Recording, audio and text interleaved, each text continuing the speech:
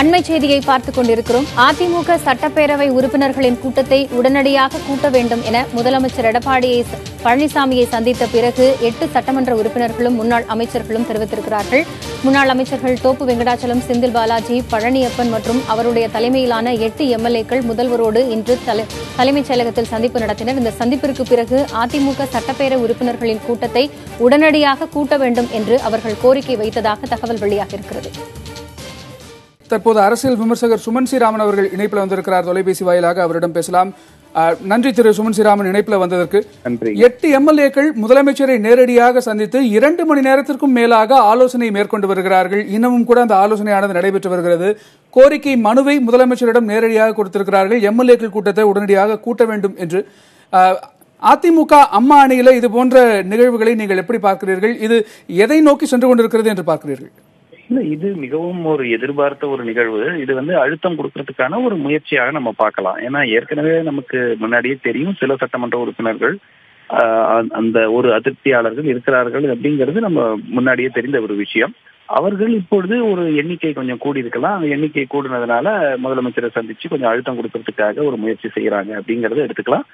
இது எப்படி இவங்க அணுக போறாங்க அப்படிங்கறது பார்க்கணும். ரெண்டாவது அழுத்தத்துடன் நிறுத்திக் கொள்வார்களா இல்லை அரசை கவிழ்க்கும் அளவிற்கு இவர்கள் துணிவார்களா அப்படிங்கிறது மிகப்பெரிய ஒரு கேள்விக்குறி. ஸோ நம்ம இனிஷியலா இதை வச்சுக்கிட்டு நம்ம உடனடியா அரசுக்கு ஆபத்து அப்படிங்கிற ரீதியாக நம்ம பேச முடியாது.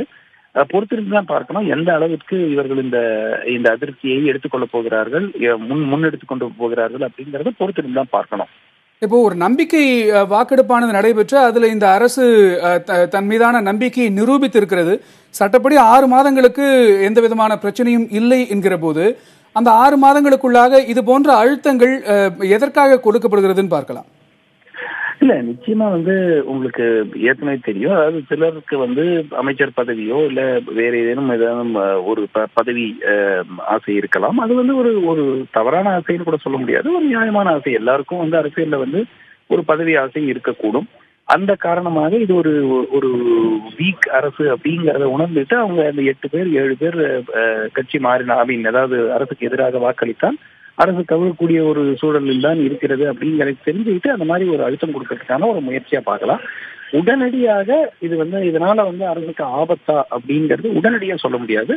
பொறுத்திருந்து பார்க்கணும். ஏன்னா உங்களுக்கு மிக முக்கியமாக வெறும் அரசுக்கு எதிராக உடனடியாக ஒரு நம்பிக்கை வாக்கு வரக்கூடிய வாய்ப்பு இல்லை. இன்னும் சில மாதங்கள் ஆகும்.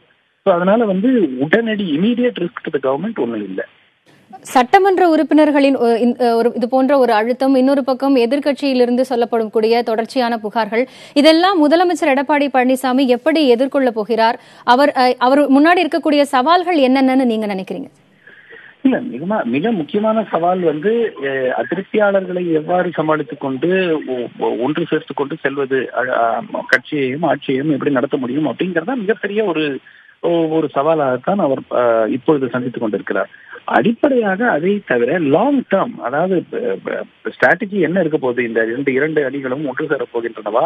ஒன்று சேரவில்லை என்றால் அதற்கு ஏற்றாற் போல் என்ன நடவடிக்கை எடுக்கப்படும்? ஒன்று சேர்றாங்க அப்படின்னா, இப்போ கூட இந்த 8 சட்டமன்ற உறுப்பினர்கள் வெளியே போகிறார்கள் என்றால் ஓபிஎஸ் ஆதரவு ஆக செயல்படும் சட்டமன்ற உறுப்பினர்கள் இந்த அரசுக்கு எதிராகத்தான் தொடர்ந்து வாக்களிப்பார்கள் சொல்றதுக்கும் உத்தரவாதம் இல்லை.